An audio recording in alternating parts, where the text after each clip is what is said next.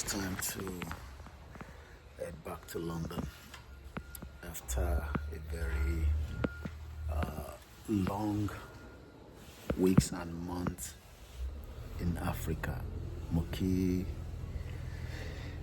gbogbo èèyàn wa a kú kó ba lè dá bí mo ṣe máa ń sọ kò ń ṣe gbogbo wa ní a máa ní access láti padà sí Europe, America, Canada àbí gbogbo ibi tí ó bá wọn olúkálùkù wa láti travel lọ.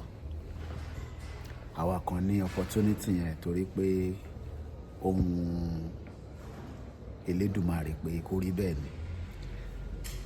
Ṣé gbogbo 60 million ọmọ Yorùbá náà ni ó máa lè ní access láti travel?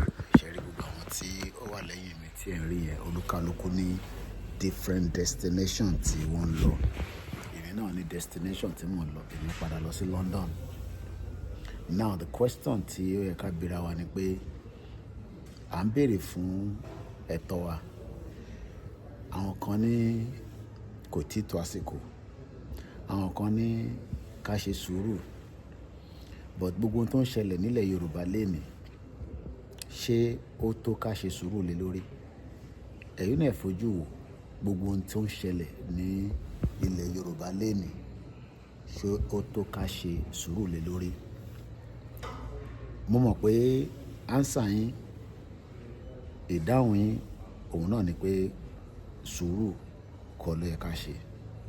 But nígbà míì náà sùúrù ó máa ń ṣí ilẹ̀kùn.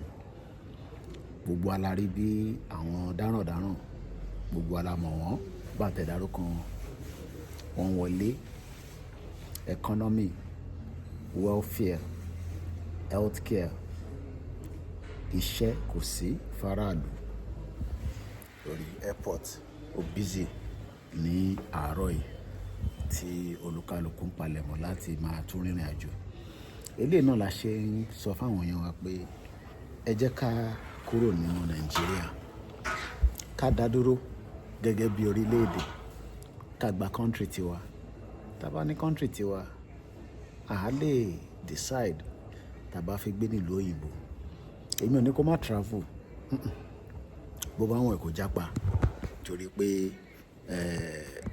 wọ́n ní ilé ní àbọ̀sími. Ọ̀pọ̀lọpọ̀ àwọn èèyàn tó ti wà nílùú ìdálẹ̀ náà ò lè padà wálé. Àwọn tó ń wálé wá ra yọ wálé wá padà lọ. Àwọn adé máa sọ fún yín pé Nàìjíríà máa dà, but wọ́n lè gbé nínú Nàìjíríà torí pé Nàìjíríà ní tẹ́ ń sọ yẹn kó máa dá yẹn láti 1960 láti ń gbọ́ bẹ́ẹ̀. Ẹ jẹ́ kó olúkálùkù dá wà. Káwa náà ní country tiwa, ká control border wa, ká control migration, ká dẹ̀ ní àjọṣepọ̀ pẹ̀lú ọ̀pọ̀lọpọ̀ àwọn tó wà ní other countries around the globe.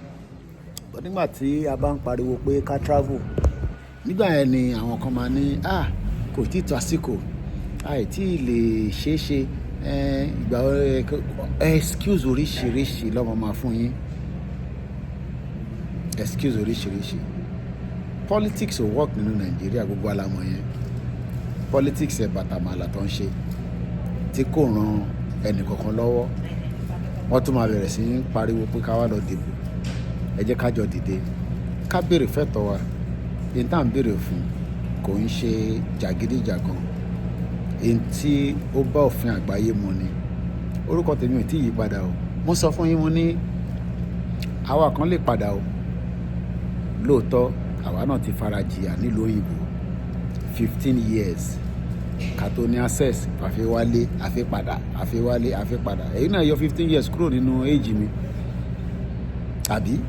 So tí wọn náà bá lè sọ pé ó fẹ́ lọ, tí ẹ lè má tó 15 years, èmi ò tẹ gbàdúrà kó tó bẹ́ẹ̀.